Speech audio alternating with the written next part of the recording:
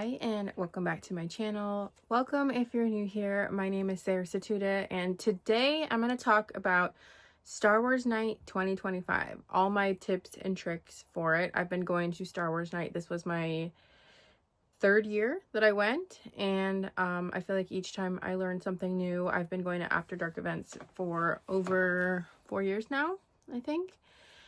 And I guess after a while you kind of you accumulate all these tips that I want to share with you. And of course, if I'm talking Star Wars, I have to wear a Star Wars fit. If you see this on my Instagram, which is at the Lifestyle Reporter, no you didn't. I didn't wear this, but I think I will because it's I just randomly put this all together with my Ewok ears, my Star Wars pink, I'm gonna spell, my pink jacket that was like viral last year. And you can't see this, but I'm wearing like chocolate brown leggings and just like a cream top I like brown and pink. So brown and pink and brown and red are my two favorite combinations. But we're not talking fashion today. We're talking Star Wars Night. Number one, Star Wars Night is 9 p.m. to 1 a.m. on the day that you have the ticket. So let's just talk about like if it's May 4th. So May 4th, your Star Wars Night ticket says only valid May 4th. The event starts at 9 p.m. It ends at 1. But anytime you go to an After Dark event, they allow you to enter the park 3 hours prior. So if it starts at 9, that means the earliest you can enter the parks is 6 p.m. You don't need a reservation. You don't need a ticket for the parks. Just your valid Star Wars Night ticket for that evening. So it should say May 4th. And that's when you can go inside at 6. So what happens is you can check in 2 different ways. The first way is if you don't have a magic key or if you don't have a ticket to the parks that day, which is okay. The earliest you can enter is 6 p.m. So that means at the front gates of Disney, there's going to be a special line that says it's for the special event for the evening. That's the line you go to, and the line's usually pretty long. Usually when I walk by at 6 o'clock, it's pretty packed. I mean, eventually when they open the gates and you can go in, it moves pretty fast, but I was just getting there like at 5:15, 5:30, grabbing a snack and heading to the line just because I don't really like to wait. I just want to get in and get my merch and like be able to go sit down. So I prefer to go, if I had to go through the gates, I would plan to be waiting in line at 5:30 because it will be a long line. But if you don't care about merch and stuff, you can always just wait till the crowds die down and then head in at like 6:37 because the event doesn't start till 9. So you have plenty of time. It's just if you care enough about merchandise and also if you care enough to maximize the time you have. It's 3 hours. You can use it for rides. You can use it for snacks, pick up merch when you don't have a pass to Disney. And like, this is your chance to go in and it's included in the price of the ticket. So you might as well maximize it since you're paying for the experience. There's 2 ways to get in. That first way is the one I just said. At the gates, you wait at 6. And then once you go through, they scan your Star Wars Night ticket. They take a picture of you, obviously, to make sure that you're the only person who uses this ticket. And then they give you a wristband, they give you a lanyard, and they give you a guide map. So the wristband is pretty much your ticket. So you don't have to keep showing your ticket to people. You enter at 6. There's still people at Disneyland who are just enjoying their day. But starting at 8 p.m., that's when anybody who doesn't have a Star Wars Night wristband has to leave because it's an event. So what happens is there's cast members and security around different parts of the park, even the bathroom, that you can't enter an area. Like you can't enter Tomorrowland unless you just show your wristband. So that's why it's important to make sure you get it done and you're ready to go by 8 because you will get stopped multiple times. And if not, you have to just leave the parks or go and check in. But you have to have that wristband and all you do is just go like this. And they're like, okay, thank you. It's not anything crazy. It's just so that anybody who's not going to the After Dark event can't stay because they didn't pay for a ticket. The first way was through the gates. And the second way, so if you do have a magic key or if you're planning to make it a full Disney day with your Star Wars Night, which I don't recommend because you will be exhausted by the end of the day. But if you have a magic key. So if you have a magic key, what I like to do is I make a reservation for that day. So if I was going May 4th, I'd make a reservation for May 4th for Disneyland. And then I would plan to be parked and standing in the Esplanade, which is the space between Disneyland and DCA, like right in the middle. I would plan to be there at around 5 And what happens is I need to check in for my reservation. So I go on the regular line, which is usually empty at that point, not the special event line, just the regular line to get into Disneyland. And I head in, and to check in inside the parks, which is the second way to check in for Star Wars Night, is to head to Galaxy's Edge near the Fantasyland side. So that's like you're going to, like you see the carousel and you make a left, you see Red Rose Tavern, you keep going and you're heading towards Star Wars, to Galaxy's Edge. There's like a little tunnel that helps you get into like Batuu. That tunnel right there is where you check in inside the parks. Usually they're there around 5:15-ish. I always like to plan to be there by 5:30 if I can, just because it's timing wise, it's perfect. But it's the same thing. You go, you show your ticket for the Star Wars night. They take your picture, you get the wristband, you get the lanyard, and you get the guide map. So I prefer to do it in the parks because the line's not as long as outside, and also you have like an extra little bit of time inside, so you're not rushing around. Next thing I do is I head to merch. So if you care about merch, you want to go as early as you can. And usually the merch is only at Starcade in Tomorrowland. Sometimes they do have some pieces inside the Emporium, but I just prefer to go to Starcade because everything is there, so you could just see everything at one time. Or sometimes they're like, oh, pins are at Golden Horseshoe, but it'll be on the guide map. But I always head to Starcade in Tomorrowland next because usually the merch opens at 6. Sometimes they've opened at 5:30, but I literally always go between 6 to 6:30 because it doesn't sell out. I think after 7, if it's like a super hyped merchandise for the After Dark event, like Sweethearts Night, it's sold out by like 7:30. It's important, if you care and you want something, that you go to Starcade to look at the merch right after you check in or immediately after you check in, and you can buy ears. They have like branded shirts for the event, sweaters, crew. A lot of the stuff is super cute. I like the pins. And what else do I usually get? I got a bag one time. They had a lug bag for Sweethearts Night. They had ears this last time too. So it just depends on if you want to buy something. Like if you're going and you're like, oh, I want this, I want to commemorate going to Star Wars Night. So I thought the collection was really cute. So definitely there's lots of cute options. I don't know if it's sold out on the day I went, which was the opening day. But definitely like they'll run out of sizes and stuff. So just, they have a certain amount for each of the Star Wars nights. So once they're out, because they're keeping stuff for the next one. Usually at this point, just me personally, I like to take a couple pictures in the daytime of my outfit. I'm vegetarian, so I usually eat something. And I mean, I would recommend eating something whether you're vegetarian or not, because if the event starts at 9 and you want to get food, that's like 7 o'clock. It's still quite a bit of time before you're actually eating, and you want to have the energy to like run around. Because for me personally, I like to maximize my time at After Dark events. You're spending money, like it's over $100 to get in, so I don't want to be sitting around. I don't want to have no energy. So usually at this point, I'm fueling up per se, like it's a race or something, and I'm getting my meal. I usually just get like something like really satiating, like a wrap or something. My personal favorites is I like the wrap from Galactic Girl. I think it's vegan. There's a vegan wrap at Red Rose Tavern, which I had last time for Star Wars Night. Cafe Daisy has a nice wrap. Just something that's easy and fulfilling.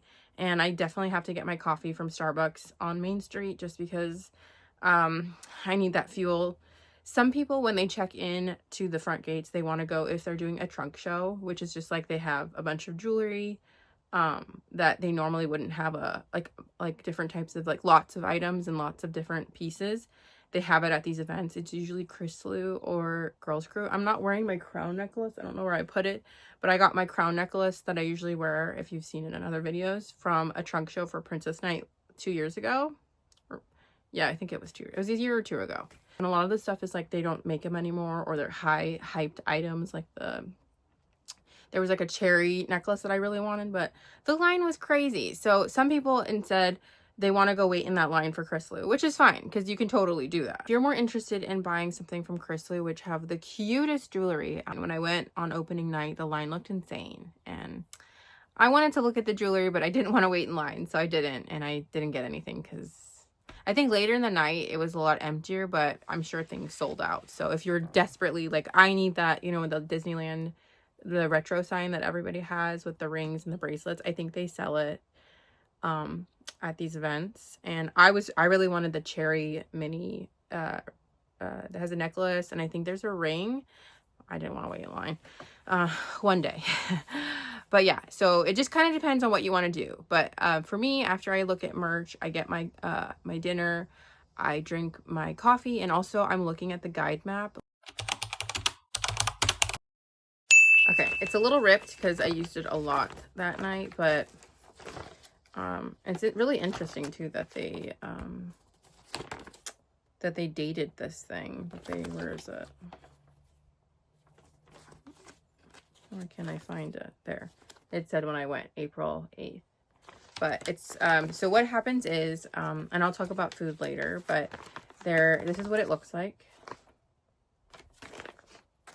It's upside down. This is what it looks like. So there's a map. On one side, there's otherworldly entertainment. So the cavalcade is actually like Star Wars fans, and then Mickey and Minnie in a little car in the front, like leading the way. So it's not necessarily like a cavalcade of like characters. They used to do fireworks, which it's kind of stinks that they don't have it anymore. And they used to do an Imperial March in Tomorrowland. They don't do that anymore. So they have other things, but like they have a gathering of the Resistance with Rey at near Millennium Falcon, and they have different times like 9:15, 10:20, 11:25. They have a lightsaber instructional. The Cavalcade, they have a Shadows of the Memory, a Skywalker Saga, which sounds really cool at 9. I probably should have done that. And then the farewell is what I like, because you see Mickey and Minnie in their Star Wars fit saying bye to everybody. And that's at 12:30. There's a DJ party zone on Main Street. They just play crazy music. And then choose your own path. So they have like a light side, dark side kind of stuff, but you can read that in case that's helpful. And then on the other side, they have galactic encounters and photo opportunities. So I personally, because I go to these things by myself, I'm not really interested in a photo op. But I know a lot of people, especially if you're a couple or if you have friends, or if you have like a certain fit and you want to take a picture with a cool background, it would interest you. They have photo opportunities on Main Street. Like they have a light side photo location, a dark side. They have it in different areas. The one on Main Street looked really cool with the lightsabers, but I didn't want to wait in line. So that's another thing. Like, make sure you at this point when you're looking at the guide map, you're saying, you know, okay, maybe I want to do this, so I have to make time for that. And just remember, everything is a line. So you only have 4 hours from 9 to 1. So make sure you pick everything that you want. Like, you have to pick what's my priority. And for me, my priority was to meet characters, even though they're not any new characters. I wanted to meet characters. I wanted to meet Queen Amidala because I was wearing a Queen Amidala look that night. And I also wanted to go to Star Wars Launch Bay because they had multiple people there. So those were my 2 priorities, was to do those 2 things. So I was like, okay, I want to go see Queen Amidala first. And so that's what I did. When it started at 9, I did that first. It was like a walkthrough, and you can like wave at her and talk to her. Definitely check out my vlog, and you can see everything that I'm talking about of what I was doing. But if you want to look at the character list on the top, so you can see everything, all the characters. So Star Wars Launch Bay was probably the best. It's probably one of the best things I feel like you should do earlier in the night. So after I saw Queen Amidala, which was really quick, Anakin wasn't with her in the beginning of the night, so I kind of like regret seeing her first. I wish I went later when Anakin was there, because I had to go back later to see him. So I would suggest, if you don't really have a plan and you want to like maximize your time, I would head over to Star Wars Launch Bay, kind of like around like maybe 8:30. See if they allow you to stand in line earlier than 9. Sometimes they do, sometimes they don't. Just kind of hang around the front entrance, so when it does open, you can run inside. I went at 9:15 after Queen Amidala, and I waited in the line outside of Launch Bay. It like goes up on this ramp. I think it was about 30 minutes, which is not bad. I heard from somebody else that later in the night it was like an hour. So it's definitely better to go earlier than later. And definitely like also watch my vlog. You can see me walking in. So once you get in, you it's so beautiful in there. I've never been inside of Launch Bay. The first thing they have you do is go in line for Boba Fett. That's the first thing, and you can choose not to. You can just skip Boba, but I wanted to meet him, so you wait in that line. I think I waited about 10 minutes for Boba Fett. It wasn't too bad. Then once you see him, they say, would you like to go to the dark side or the light side? I mean, I said both. They said, well, first you can go to the dark side. So I went to the dark side. So once you go there, it's another line. So in that line, I think it was about 15 minutes, I would say, maybe 15 to 20 minutes. And so once you go through, that's where Darth Vader is, through the dark side in that line, inside of Launch Bay. And then when I got out, there was a really nice cast member. I was like, is there any way I can go see the light side, or do I have to go back outside in the line? He's like, oh no, just ask a cast member and they're happy to direct you where to go. So I said, okay, well, I'd love to see the light side as well, if that's okay. And so he said, okay, yeah, it's right here. So it's like across the way. So I went in the line for the light side. I think that was a little longer. I think it was 25 minutes, which is still not that bad. And I guess there's a rotation of characters. So it's Luke Skywalker or Princess Leia or Han Solo. I don't think there was anybody else. So for my turn, it was Han Solo and Princess Leia, which is fine. And you can interact with them. And there's a photo person there too, so you can take your photo with them. There was also a photo person with Darth Vader and Boba Fett. So I will get back to that about, it has to do with the wristband. So after I finish about the Launch Bay, I would tell you what to do with your wristband. But so I talked to them for a little bit, and it was great because there was really no rush. Like, they weren't like, hurry up. It was really fun interacting with them. And when we exited, we were trying to exit, they had just the stormtroopers were in the middle talking to people, which was really cool. So a Launch Bay was a really fun experience, and it definitely took, like, I think a total of an hour and a half, but it was totally worth it. We met so many characters, and it's also just really cool if you're a Star Wars fan to be inside there, because I think that's for DVC, the Disney Vacation Club, or people who have Vacation Club, but so I don't go in there. And it was just really cool to see inside. They had things on display, and it honestly looked like a museum. So if you're a big Star Wars fan, it's also really cool to, like, just check out, like, the line as you're waiting. I felt like I was so stimulated. And you can see characters, like, walking in too. On the outside of Launch Bay, I saw Darth Maul, which was really cool. And then when I was waiting in line for Darth Vader, I think I forgot who it was, but somebody came through right past me. You'll have to watch my vlog to see. But anyways, so the wristband is important. So before the event starts, it has like a little QR code. It's important to take a picture of the QR code through your Disneyland app in the link photos.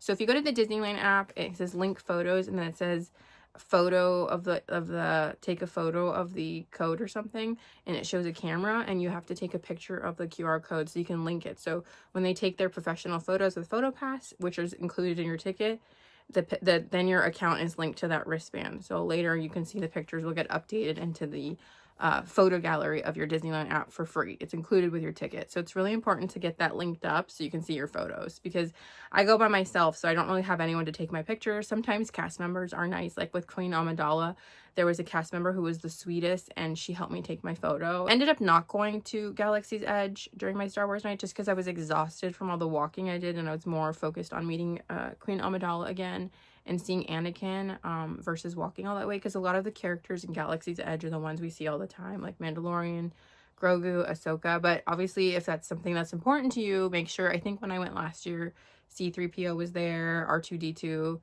So just make sure you take the time to head that way, just whatever is important to you. And so for me, when I go to Galaxy's Edge, I see a lot of these characters, or I saw them the year prior, and I was more focused on Queen Amidala and Anakin. So make sure you take that in consideration. It was definitely way busier in Galaxy's Edge than anywhere else. It's pretty much like Galaxy's Edge and Tomorrowland. We're crazy busy. Make sure you take pictures by the castle, because they have this beautiful setup with the lights, and walk down Main Street. It's so pretty. Obviously, you're going to be wearing some sort of a Star Wars night look. I mean, it's okay if you're not, but make sure you bring a coat or a jacket or a hoodie for the evening. It does get really cold.